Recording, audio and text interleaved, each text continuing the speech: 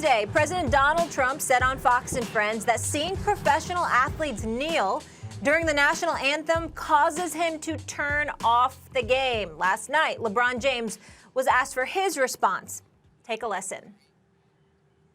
I really don't think the basketball community are sad about losing his viewership. The game will go on without his eyes on it. I can sit here and speak for all of us that love the game of basketball.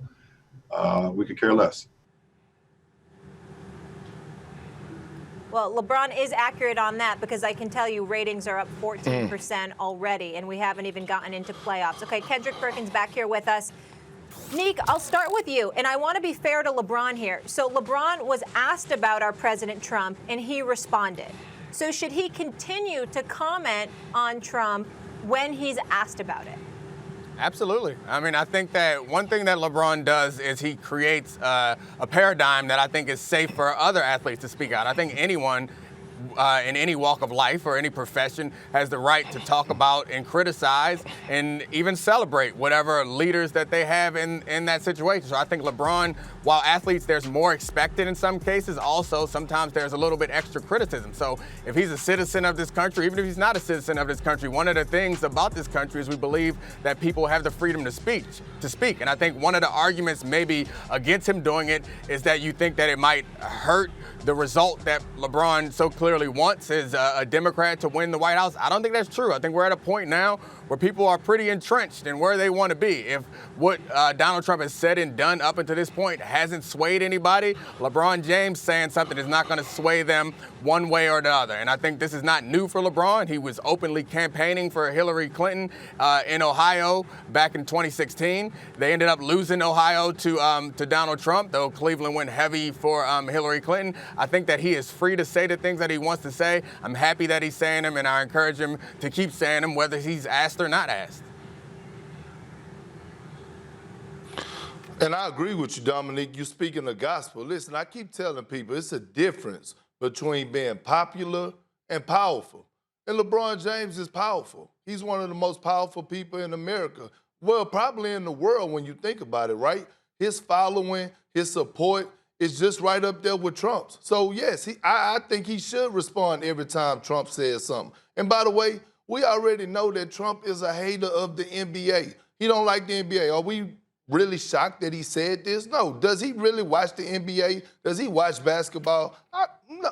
Listen, hell no. He don't watch basketball, and we all know this, right? This is the problem that I have. He's been very critical of the NBA. Throughout this whole time that he's been in office, you look down the line, he always criticized and ripped the great Greg Popovich. He ripped Steve Kerr. He always got something to say towards LeBron. He always got something negative to say towards the NBA in general. It's never nothing positive. And now you look at another situation right during this pandemic with Dana White and the UFC, and I think they have done a great job. Don't get me wrong. They have done a great job during this pandemic for us, having the UFC fights in their format or whatever the case may be.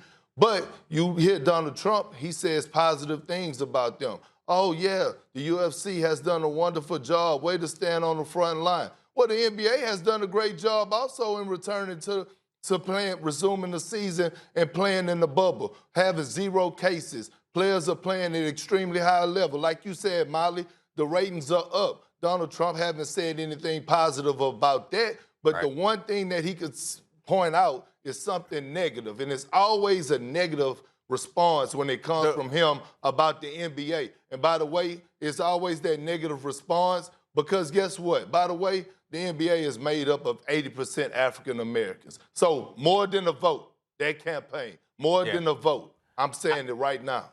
I think the only argument against LeBron responding to these types of things is that it takes the attention off of the more important things. And that's probably what the president is trying to create, a moment where we're not looking at how poorly this country has handled the coronavirus, a moment when we aren't looking at the situation that we're in now, a moment when we're not looking at we have to be in a bubble and college football and professional football is in limbo and baseball is in limbo because the country has not responded well to this virus. virus. The only thing I would suggest to LeBron is just because his name is brought up to you in a particular context is you don't have to talk about that, because I do believe that we've seen throughout this administration, a lot of what they do is point in a different direction. They give us something to talk about. They give us some front page headlines so that we aren't necessarily focused on the things that are very important. Like if we want to sit here and debate the ratings of basketball, like that to me seems like a nonsense exercise. I do think that it's fair and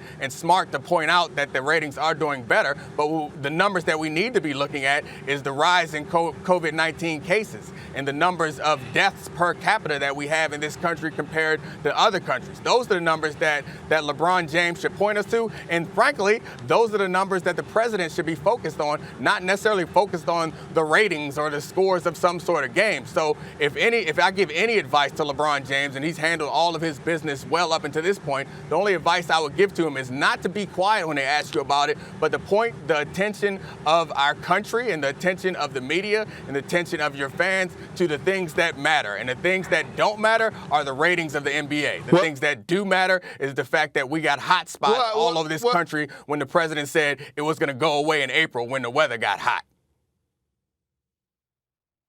Well, also, I think LeBron does a great job of preaching, going out to vote. I think he does an excellent job of saying justice for Breonna Taylor. He does it every time he get a chance to speak about it. And he started the More Than a Vote campaign. So I think he do have to address these issues. And you're right, Domonique, about the ratings. But he's also right about the NBA could care less if Donald Trump watches the game. The ratings are up. That's the point that I was making. I'm not saying let's not be distracted, because, that's part of the voting process is distractions, the intimidation, and misinformation.